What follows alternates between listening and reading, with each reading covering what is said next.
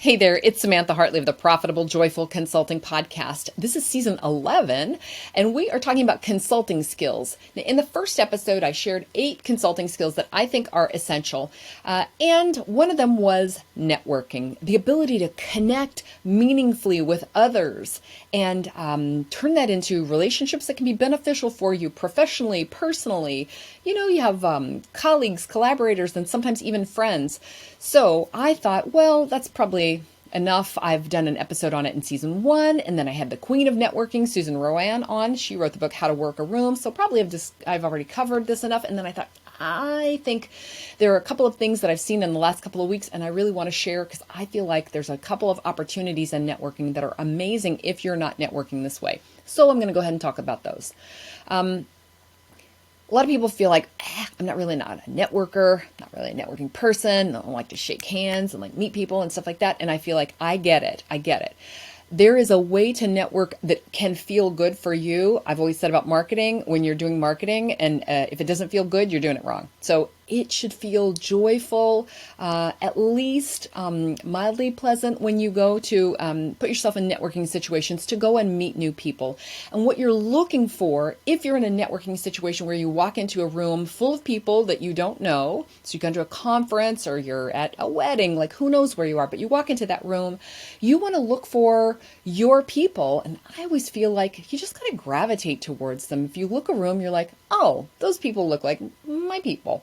So you walk over to them. So find your people. What are your people? Well, it means I don't know, maybe they're dressed a certain way, or they have kind of a certain energy about them, or you can hear them from here. There's all kinds of things that mean your people. So I want you to look for that. And I always describe it as kind of a spark. It's kind of like that thing when you meet your soulmate and they always say you feel that kind of, well, that kind of spark is what you feel when you meet your friends, right? You leave an event and you're like, hey, I really liked her. I want to connect with her again. That's the kind of feeling that I want you to have.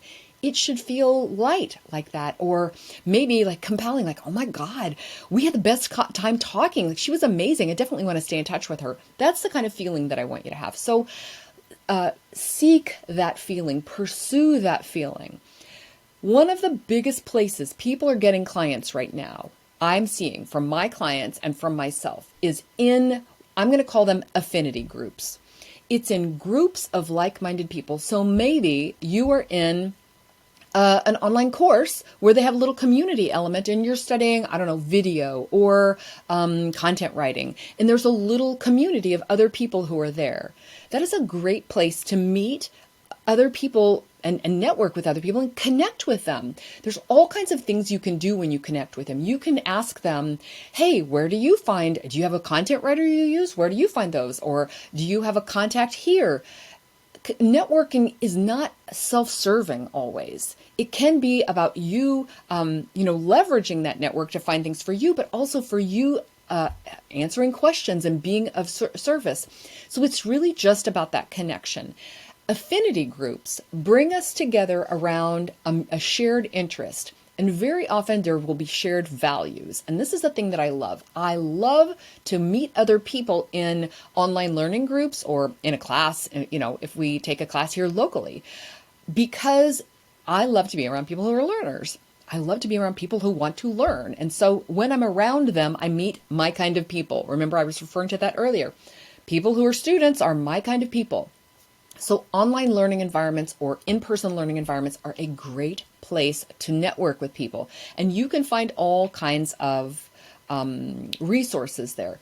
So when we're networking, if people think I'm looking for clients, then they get into this myopic, single-minded focus, and then you miss out on tons of opportunities. So in networking, you can find answers to resources and problems, hey, what's the best tech that you're using, or has anybody found a better camera?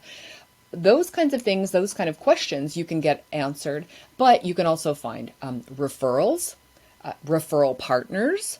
You can do market research. Hey, you guys are both doing X, and I'm actually writing a paper right now about X. I'd love to interview you about that.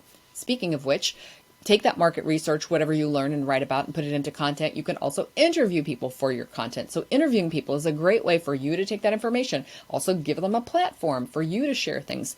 You can also find collaborators. In my coaching program right now, the Path to 2 Million, one of the things I'm most gratified by is seeing the participants. I have several participants who they will go and do little one-on-one meetings with each other. This is super critical. We meet people in groups, but then take that relationship to a one-on-one or, a small group where you can really get to know each other. So, I have a few clients in there who are meeting with each other and finding out what each other does. And even though it looks like they do the same thing, guess what? They have little areas of overlap. And so some of them are going and pitching new clients. So they're coming together as collaborators. I super love that. I'm excited for them. I want to cheer for them, their success, and also just for the kind of open-heartedness they had in coming together in the first place. I'm super happy that I have attracted people who have that kind of abundance mindset and also collaborative mindset. Like attracts like. So again, in that environment that you're in, whether it's a Facebook group about dogs or a LinkedIn group, oh, never mind, not LinkedIn groups, a Discord group, a Mighty Network, whatever is that group, that affinity group that you have joined, you can make the most of those relationships. But it really helps if you take the initiative. And when you do take the initiative from having those conversations and learning more about people, be sure to take it the next step. So you pick up the ball. We also call that follow-up. But make sure that you take that relationship to the next step so that you are able to stay in touch with them. Too many of us will have meeting. Hey, we loved that person. That was fun and interesting. And then we never were able to take that anywhere. So if nothing else, take it to where I'm not sure what we do with this, but I really like you. Can we talk again in 90 days? And then, put that on the calendar. Those kinds of connections may be, you never know what they'll turn into. If nothing else, I love to go find that person and cheer on their social media or do referrals for them. So keep those kinds of things in mind. Just think abundantly and expansively about what kind of connections you're making when you're networking.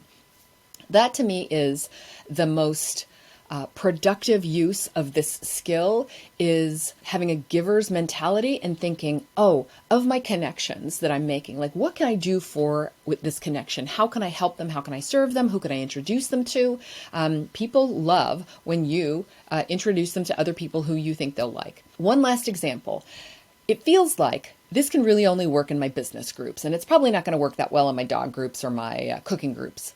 Not true. We're in an in-person group of people who do a spiritual meditation. And we've been in it for a couple of years with a certain person that I'm friends with. So he and I had a conversation recently, and he's going through some spiritual struggles and kind of wondering about life and also procrastination. And I said, really, the best person I think of to help you with this is Christopher, whom he knows. That's, by the way, also my husband, whom he knows. He was asking me about a coach, and I said, this is who I'd recommend. Now, because of the know, like, trust factor, they already have that in common. So this is going to be a working relationship. They've decided to work together.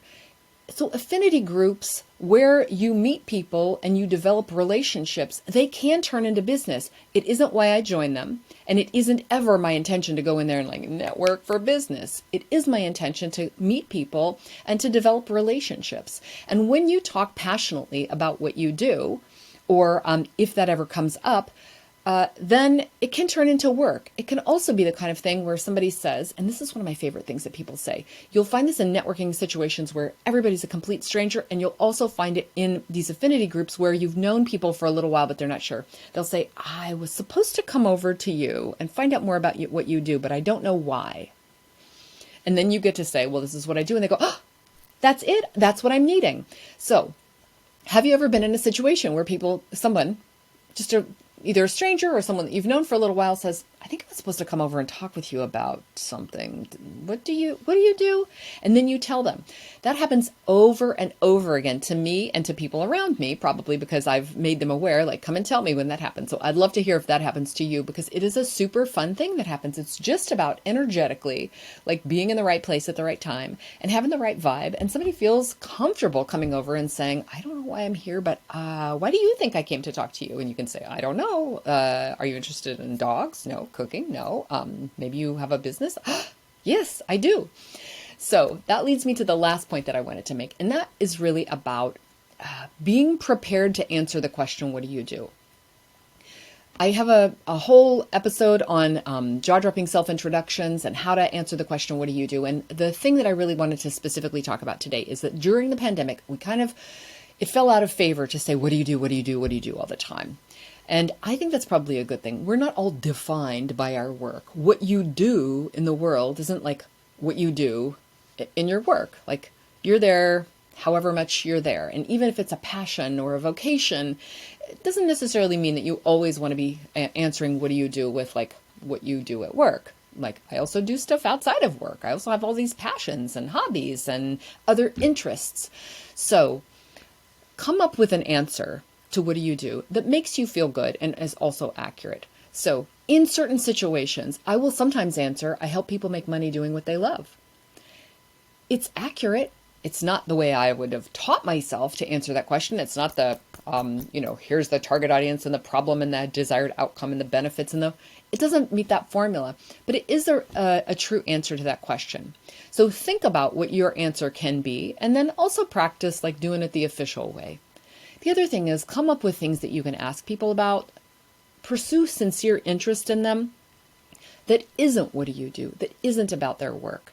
Because learning much more about them as people can go so much further to developing relationships, broader relationships, again, as contacts, referral partners, interviewees, friends, and further than just being a potential client.